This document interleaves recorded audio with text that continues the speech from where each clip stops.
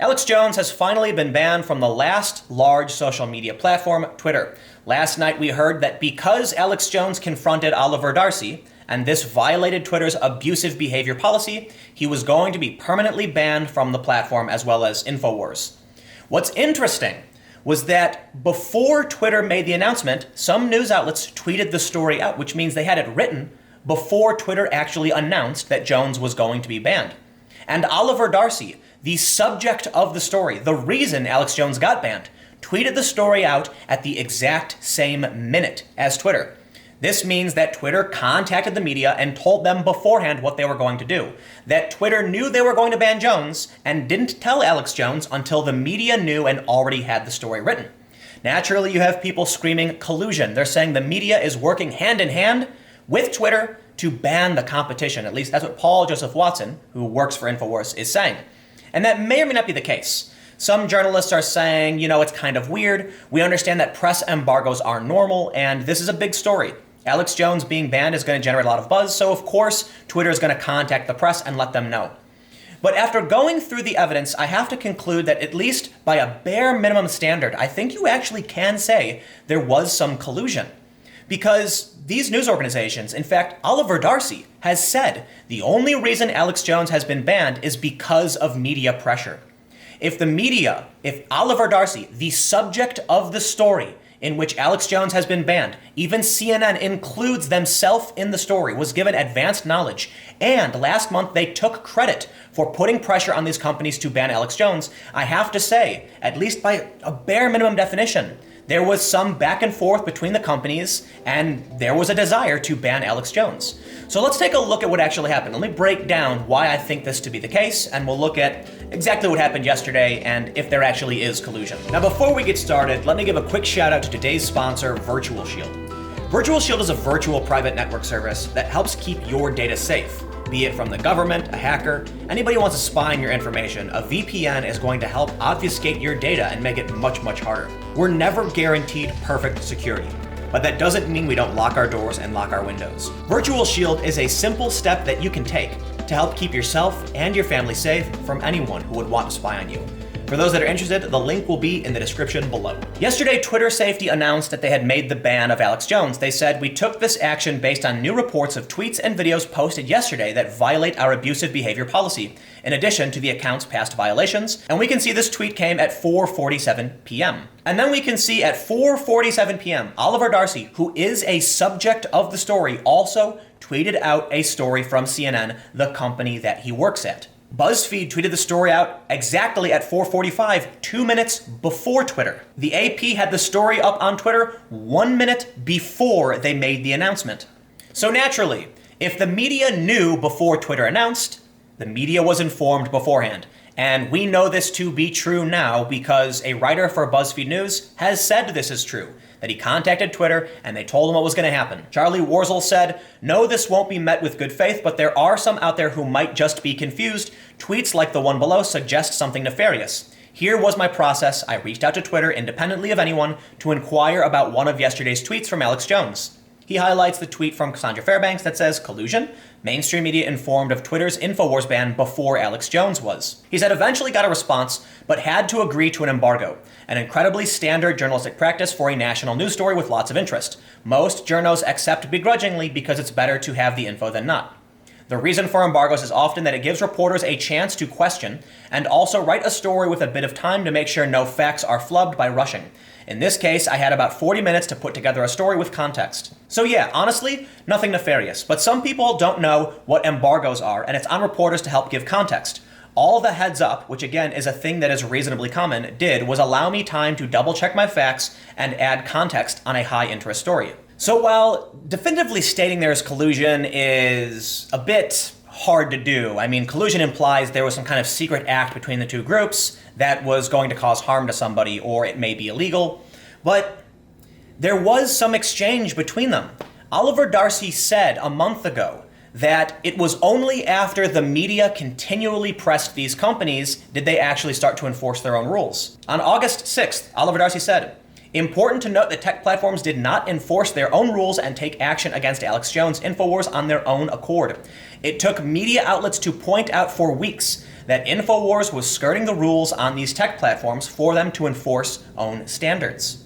Alex Jones had been violating these standards for some time, Yeah. and they only actually took action after weeks of media pressure, after weeks of the media outlets saying, you say that this would violate your standards, so why is this still being allowed to be posted? Later in the afternoon, he said, Twitter's spokesperson says that neither InfoWars nor any other associated accounts are currently in violation of Twitter Periscope rules. I don't think it's strange that Twitter notified the press. Honestly, I lean towards nothing nefarious. The issue is that Oliver Darcy has been putting pressure on these companies repeatedly. Personally, I kind of lean towards it may be an inadvertent low-level form of collusion, and the reason for it is, if you go on Twitter and search for racist death threats, it will only take you a few minutes to find several.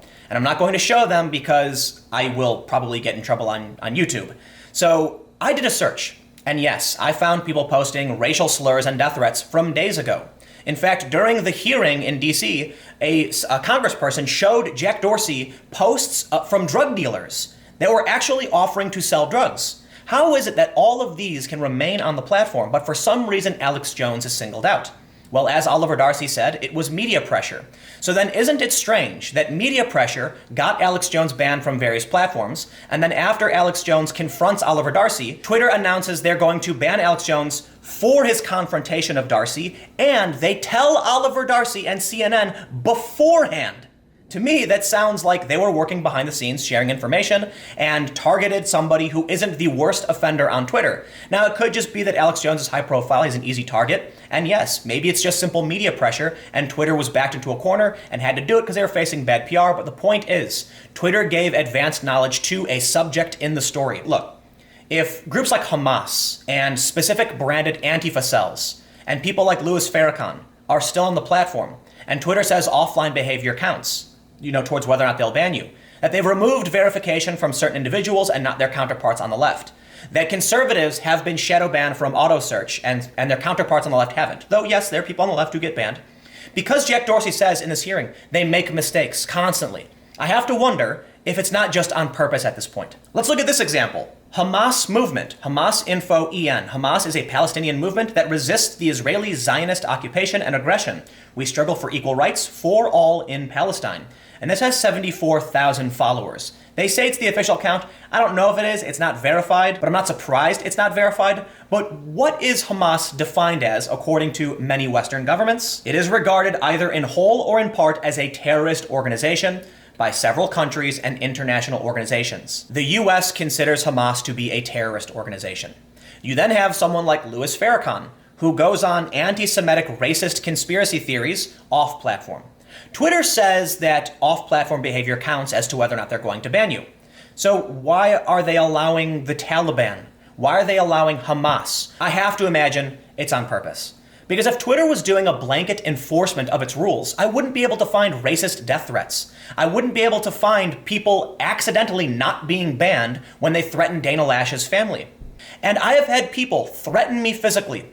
I have had people tell me that if I go and cover a story, they will steal my phone, they will physically attack me, they will pin me down and steal my backpack. And when I report this to Twitter, Twitter does nothing about it. Candace Owens puts out a tweet, she gets banned, even though she uses a very similar language to what Sarah Jong used. And she says that the point is, specifically, to highlight the bias. And Twitter bans her and then says, oops, it was a mistake. Dana Lash has her family threatened. Twitter doesn't ban this person, later comes back, oops, it was a mistake. When Congress confronts Jackie, says, we make mistakes. But how often do you make mistakes?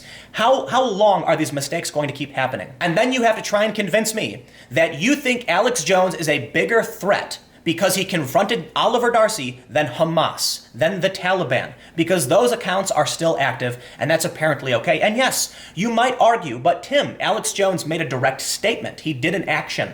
And Hamas and Louis Farrakhan and these other extremist accounts don't use Twitter in this way, so they're allowed to stay.